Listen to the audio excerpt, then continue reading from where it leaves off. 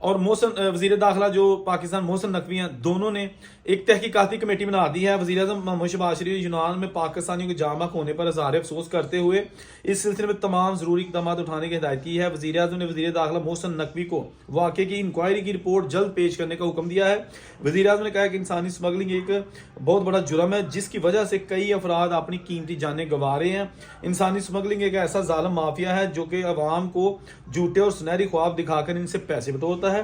وزیر اعظم نے حکم دیا کہ ایسے افراد کی شناخت کی جائے اور ان کو سخت سزائیں دی جائیں تاکہ وہ ایسے کبھی فعل کو نہ دہرائیں، ایسے واقعات مستقبل میں پیش نہ آئیں۔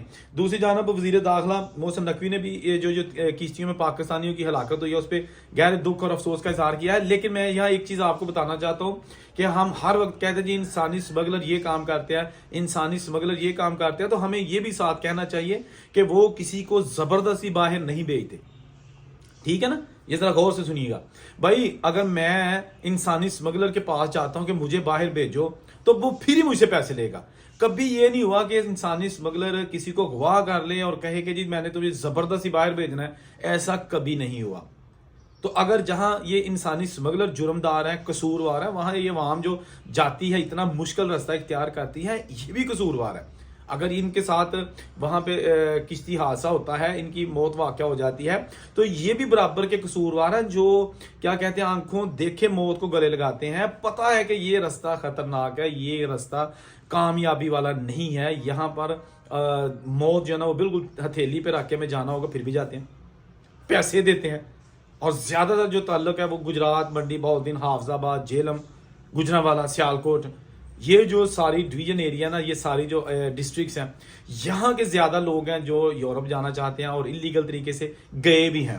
یورپین کنٹریز میں ان اضلاع کے جو لوگ ہیں بے شمار ان کی تعداد ہے، اور جو ایک بار پہنچ جاتا ہے ہوتا یہ ہے کہ وہ پھر اپنے دوسرے بھائیوں کو، کزنز کو اور محلے داروں کو بھی موٹیویٹ کرتا ہے کہ بھائی میں پہنچ گیا، خیر کریے نا 6 مہینے لگ گئے نے، تسی بھی آ جاؤ۔ اور وہ جو بندے پاکستان بیٹھے ہوتے ہیں وہ کہتے ہیں کہ نہیں جانا تو یورپ ہی جانا ہے۔ میں نے ایک بندے کا انٹرویو کیا فرانس میں، تو وہ کہہ رہا تھا کہ میں نے جب 9th کلاس میں پڑھتا تھا تو میں نے ٹھان لی تھی کہ بالکل جانا ہے تو یورپ ہی جانا ہے، اور یورپ کا فرانس ملک ہے وہاں جانا ہے۔ تو میں نے کہا کہ آپ تو بہت چھوٹے تھے، آپ کو کیسے یہ پتا چلا کہ میں نے فرانس جانا؟ کہتے ہیں کہ ہمارے محلے کے 6 لڑکے ہیں اور 6 نکھٹو بالکل کسی کام کے نہیں ہے اور انگوٹھا چھاپ ایک لفظ نہیں پڑھتے، تو وہ گئے تھے اور وہاں جا کے انہوں نے پتہ نہیں کیا جگاڑ لایا، ان کے پیپر بھی بن گئے، آج وہ آتے جاتے ہیں، ان کے پاس لینڈ کروزرز اور بڑی بڑی گاڑیاں ہیں۔ اور میں نے پڑھ کے کیا کرنا ہے؟ میرے جو پڑھے لکھے محلے کے نوجوان ہیں وہ 20-20 25-25 ہزار روپے تنخواہ لے رہے ہیں، تو میں نے جانا تو باہر ہی جانا ہے۔ مجھے میرے دوستوں نے کہا کہ یہ بڑا خطرناک راستہ ہے، تو میں نے کہا کہ مر جاؤں گا، جانا باہر ہی ہے، اور کہتے ہیں میں پہنچ گیا ہوں۔ جب یہ ارادہ بنا لیتے ہیں نا تو پھر ہم جو ہے نا وہ ان کو منع نہیں کر سکتے۔ حکومت بڑے اس کی اقدامات کرتی ہے کہ جو لوگ غیر قانونی طریقے سے باہر جاتے ہیں ان کو روکا جائے، ان کو جو ہے نا وہ پکڑا جائے، تاکہ جو ہے نا یہ ایک موت کی وادی والا راستہ بند کیا جائے۔ لیکن اس کے باوجود نہ تو ایجنٹ مافیا باز آیا ہے، نہ باہر جانے والے باز آئے ہیں انلیگل طریقوں سے۔ حالانکہ بہت زیادہ تعداد میں لوگوں کو پاکستان بھی ڈیپورٹ کیا جاتا ہے جو انلیگل ہے۔ پچھلے 3 سالوں میں 2021 سے 2023 تک 1,51,000 لوگوں کو مختلف ملکوں سے ڈیپورٹ کیا گیا جو انلیگل طریقوں سے باہر گئے تھے، پکڑے گئے۔ اب جو یہ یقیناً جو پکڑے گئے ہیں پاکستان، جن کو بچا لیا گیا ہے، 40 کے قریب لوگوں کو بچا لیا گیا ہے، ان میں زیادہ تر کا تعلق پاکستان سے ہے۔ آف کورس ان کو جو ہے وہاں نہیں چھوڑا جائے گا کہ جی آپ تسی اور پھر کسی اور کشتی سے چلے جاؤ، نہیں، ان کو واپس بھیجا جائے گا، FIA پکڑ لے گی۔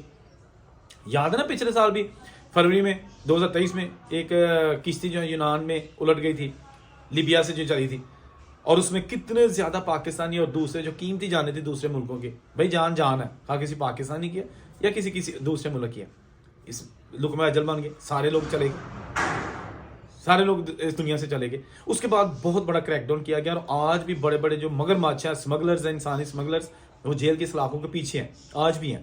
اور یہ بڑا اچھا اقدام ہے کہ FIA نے ان کو چھوڑا نہیں ہے۔ میں داد دیتا ہوں FIA کو۔